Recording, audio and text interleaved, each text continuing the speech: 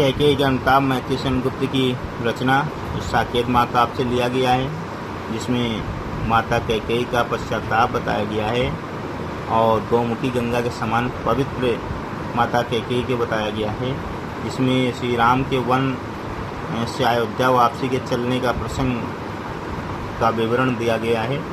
देखते हैं क्या है।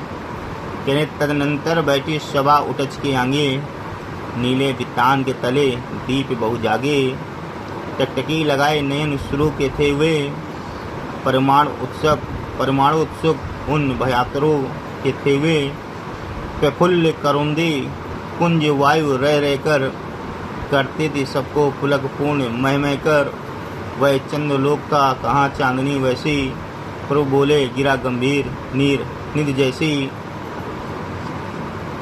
इसमें कुछ बच्चों ने कहा सर आप प्रसंग भी बता दिया करें, तो आप इस पैराग्राफ में प्रसंग लिख सकते हैं कि वनवासी राम को लौटाने के लिए भरत समस्त अयोध्या वासियों के साथ चित्रकूट पहुंचते हैं और वहां आयोजित सभा का वर्णन किया जा रहा है। तो करें तदनंतर बैठी सभा उठच के आगे, यानी चित्रकूट में वनवासी राम की कुटिया के सामने संध्या के समय का वृत्तांत है। तदनंतर बैठी सभा उठच के आगे, नीले वित्तान के तले दीप बहु जागे। तो करें चित्रकूट में वनवासी राम की कुटिया के सामने संध्या के समय भरत सहित अन्य अयोध्या वासियों की सभा प्रारंभ हुई। उस समय आकाश रूपी नीले चांदवे के नीचे अक्षत रूपी असंख्य के दीपक जगमगा रहे थे। नीले वित्तान के तले, नीले यानी आसमान नीला होता है, वह कह रहा आकाश रूपी नीले आसमान में जो नक्षत्र रूपी तारे हैं वो तारे असंख्य दीपक जगमगा रहे थे। ठीक है। टकटकी लगाए नयन शुरू के थे हुए, पड़माम उत्सव उन भयातुरों के थे हुए। करे रात्रि का समय था, वातावरण तारागण रूपी दीपक देवताओं के नेत्र के सामने दिखाई दे रहे थे। पूरी सभा परिणाम जानने के लिए भय से व्याकुल होकर एक टकी लगाए नीचे की ओर देख रहे थे। टकटकी लगाए नयन शुरू के थे हुए का मतलब है सुर माने देवता। तो तारागण रूपी जो दीपक हैं, जो देवता के नेत्रों के सदस्य दिखाई दे रहे हैं, वे परमाणु उत्सुक उन भयातुरों के थे वे।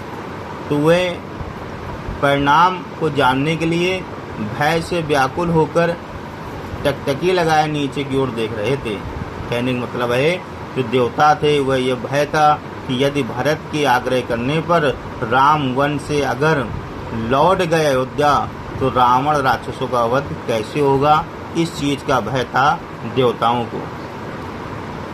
उत्फुल्ल करौंदी कुंज वायु रह कर,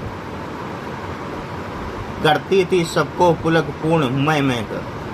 वह खिले हुए फूलों से भरे करौंदों के कुंजों में रह कर आती हुई सुगंधित वायु सभा में बैठे सभी लोगों को रोमांचित कर रही थी।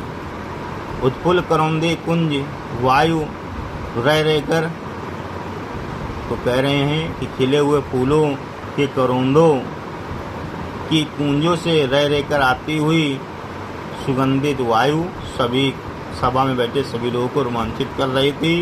वह चंद्रलोक का कहाँ चांदनी वैसी, प्रभु बोले गिरा गंभीर नीर निधि जैसी।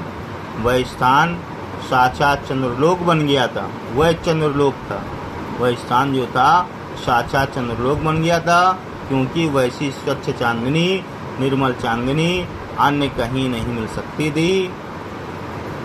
इस वातावरण में राम अपने समुद्र के गंभीर समान वाणी से बोले गिरा गंभीर नीर निधि जैसी। नीर निधि यानी समुद्र के समान गंभीर वाणी के साथ में श्री रामचंद्र जी बोले। पूरे का एक बार अर्थ और समझ लीजिए कि चित्रकूट में वनवासी राम की कुटिया के सामने संध्या के समय भरत सहित समस्त अयोध्या वासियों की सभा प्रारंभ हुई।